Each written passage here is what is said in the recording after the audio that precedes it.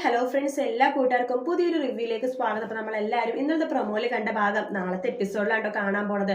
വേറൊന്നുമല്ല, നിഷയുടെ കൂടെ നമ്മുടെ മനോഹർ റെസ്റ്റോറൻറ്റിൽ പോയിട്ട് കോഫിയൊക്കെ കുടിക്കുന്ന ഭാഗം. നമ്മൾ ആ സമയത്താണ് നമ്മുടെ കല്യാണി പുറത്ത് പോകാൻ വേണ്ടി പോകുവാണ്. കല്യാണി നോക്കുമ്പോഴേക്കാണ് ആ കാഴ്ച കാണുന്നത്. മനോഹർ വേറൊരു പുതിയ പെണ്ണായിട്ട് ഇരിക്കുന്നത് കാണാണ്. ആ സമയത്ത് കിരണോട് പറയട്ടെ, കിരണിട്ടാ നോക്കിക്കേ, അവന്റെ ചുറ്റിക്കളിൽ നിന്ന് ഇതുവരെ നിർത്തിയിട്ടില്ല. ഇപ്പോഴും പുതിയൊരു പെണ്ണിനെ കണ്ടുപിടിച്ചതേ, ആ പെണ്ണിട്ട് ചുറ്റിക്കളി തുടങ്ങിയിരിക്കുക മനോഹർ. ഇവന് എത്ര പറഞ്ഞാലും മനസ്സിലാവില്ലോ കല്യാണി. എത്ര പ്രാവശ്യം ഇവനെ പറഞ്ഞ് മനസ്സിലാക്കിക്കണം, എന്നിട്ടും പറഞ്ഞിട്ടൊന്നും അവന് തലയെ കയറണില്ല.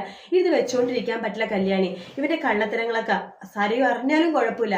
മറ്റു പെണ്ണുങ്ങളെ ഉപദ്രവിക്കുന്നതിന്റെ സ്വഭാവം നല്ലതല്ല. അതിന് നമ്മൾ കൂട്ടു നിൽക്കണ പോലെ ആകും. അതുകൊണ്ട് ഇവന്റെ കള്ളത്തരങ്ങൾ നമുക്ക് എന്തായാലും ഇന്നത്തോടെ അവസാനിപ്പിക്കണമെന്ന് കിരണും പറയാണ്.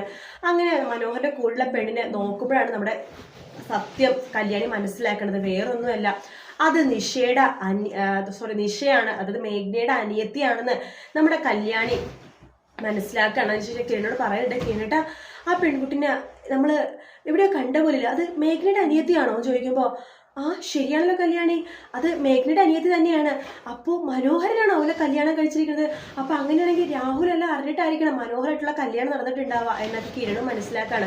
പക്ഷേ ഈ സത്യം മേഘ്നടുത്ത് അവരിപ്പോൾ പറയില്ലട്ടോ. കാരണം മേഘ്നയ്ക്ക് വലത്ത് വിഷമം തോന്നും. അല്ലെങ്കിൽ ഇത്ര മേഘ്നയുടെ ഭർത്താവ് മരിച്ച് അങ്ങനെ ആകെ വിഷമിച്ചിരിക്കുകയാണ്. അനിയത്തിക്ക് നല്ലൊരു ജീവിതം കിട്ടിയല്ലോ എന്നുള്ള സമാധാനവും സന്തോഷം മേഘ്നയുടെ ഉള്ളിൽ എവിടെയൊക്കെയോ ഉണ്ട്. അതിനിടയ്ക്ക് ഈ മനോഹറാണ് കല്യാണം കഴിച്ചെന്ന് അറിഞ്ഞിങ്ങനെ മേഘ്നയ്ക്ക് ഒന്നുകൂടി വിഷമമാകും. അവരുടെ കുടുംബം വീണ്ടും തകർന്നല്ലോ എന്ന് ആലോചിച്ചിട്ട്.